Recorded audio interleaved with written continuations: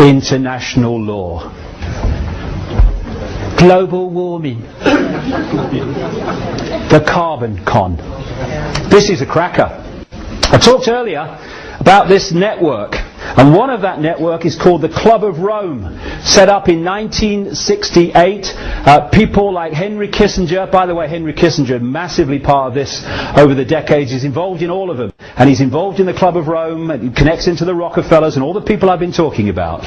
And its job has been to manipulate the environmental movement. In 1991, its founder, the founder of the Club of Rome, Pecci, was quoted as saying in a Club of Rome document, as saying that when they were looking at how to, in effect, do this manipulation, he said, in searching for a new enemy to unite us, we came up with the idea that pollution, the threat of global warming, water shortages, famine and the like would fit the bill. Here's another member of the Club of Rome.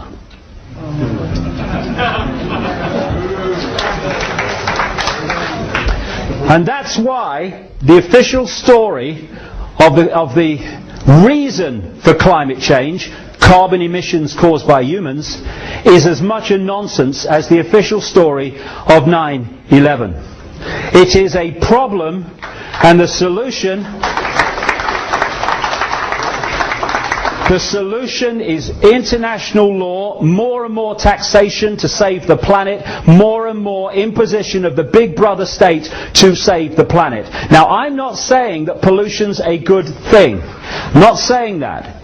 But if we're going to get streetwise, we need to understand that it's not causing climate change. Well, I mean, having researched this for nearly 20 years, there's a little thing you start to learn about this guy, Al Gore. If he's involved, it's a scam. End of story, by the way. End of story, by the way. It's a scam.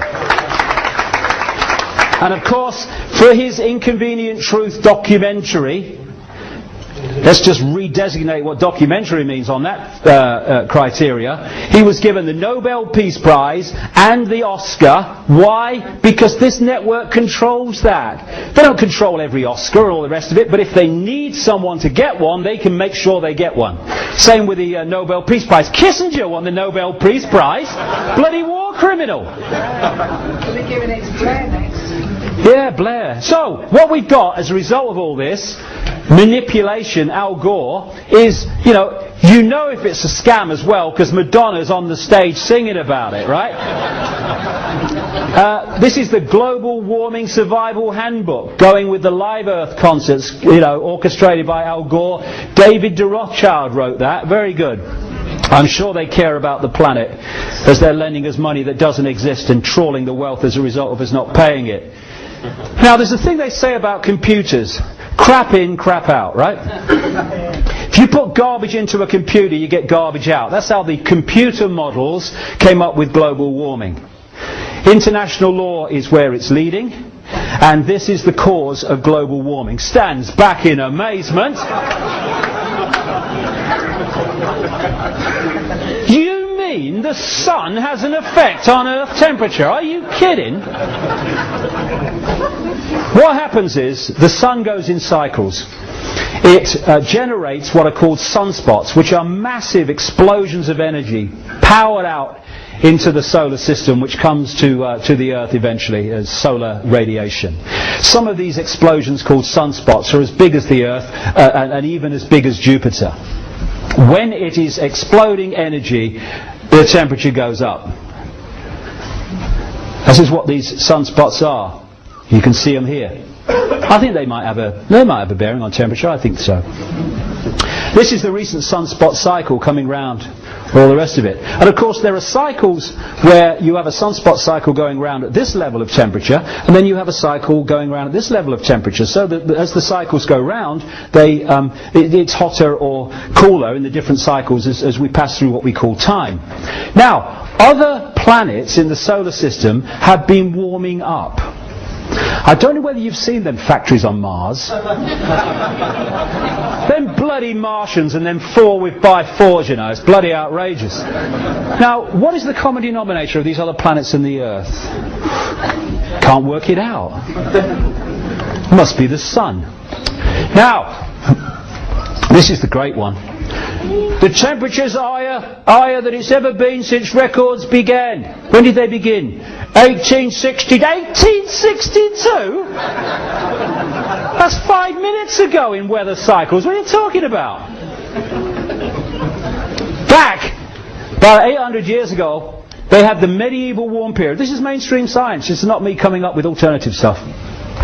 The medieval warm period, the temperature was higher than it is now. Okay? What caused the temperature to be higher in the medieval warm period than it is now? Could it have been turbocharged handcarts? What do you reckon? Could be. Flatulent horses, maybe. I can just see a medieval weather forecaster arriving in the village. Dobbin's got the wind, I think we're in for hot summer.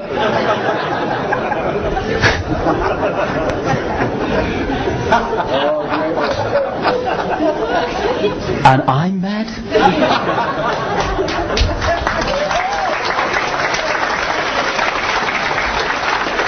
After the medieval warm period, and of course if they took back the temperatures to then global warming looks very different now. But what they do is they take it back to a period called the Little Ice Age, when the temperature dropped to the point where the Thames froze over, and they used to have ice fairs on the Thames. You can still see depictions of it in Christmas cards and stuff. It just so happens that during the medieval warm period there was a period of increased solar radiation, and during the Little Ice Age there was a decrease in solar radiation. So if you follow the red, which is the Earth temperature, and the green is sunspot activity, I think there might be some connection there myself. Let's come forward. Again, the green is sunspot activity, the red is Earth temperature. Up to 1940 it was rising as we came out of the Little Ice Age. After the war, this period included, when there was a massive increase in industrialisation, and therefore carbon emissions, temperatures fell from 1940 to 1975 to such an extent that the BBC were running documentaries about the dangers of the coming Ice Age. From 75 it started to climb as sunspot activity climbed. This is a scientist, I saw his presentation a few weeks ago, called Peter Taylor. Now this man is the oil companies are paying him scientist. He's a former advisor on pollution and energy policy to national governments, the EU and the UN, and he was a lead advocate for Greenpeace. He was the man who broke the story through a Yorkshire television documentary years ago, when Yorkshire television did some really good documentaries, about the cancer clusters around what was called Windscale, now Sellafield, and the connection between the two. This is what Peter Taylor, an Greenpeace advocate at one time, says about global warming. Behind the scenes there is major disagreement among scientists. I know that. People at the cutting edge of their discipline are saying it's a nonsense, it doesn't stand up. They don't get the platform that the song sheet scientists get. Parallel to carbon dioxide rising, the solar field has increased by over 200% since 1900, and this is not factored into computer models. Global temperature is not rising as predicted. In fact, it fell by a whopping 0.6 degrees over the last 12 months, as much as it had gained in the previous 50 years. Many of the apparently random fluctuations of past temperature, like when Vikings grew crops in Greenland, correlate to variations of the solar electric field.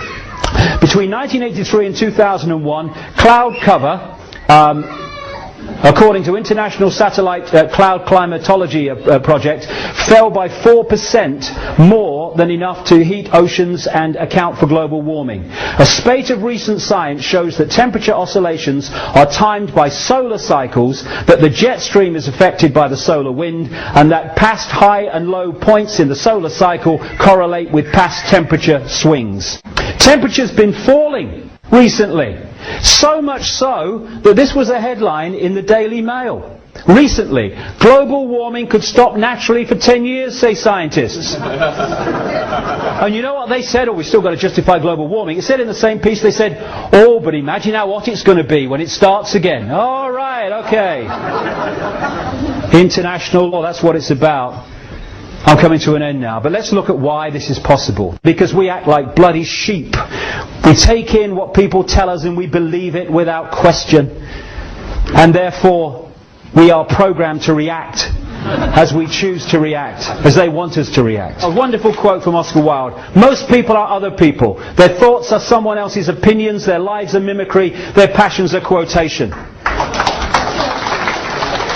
In short, we are a world of repeaters, where people just repeat what someone else has said as if it's the truth without even checking it out. And no one should accept what I say here today without checking it out themselves.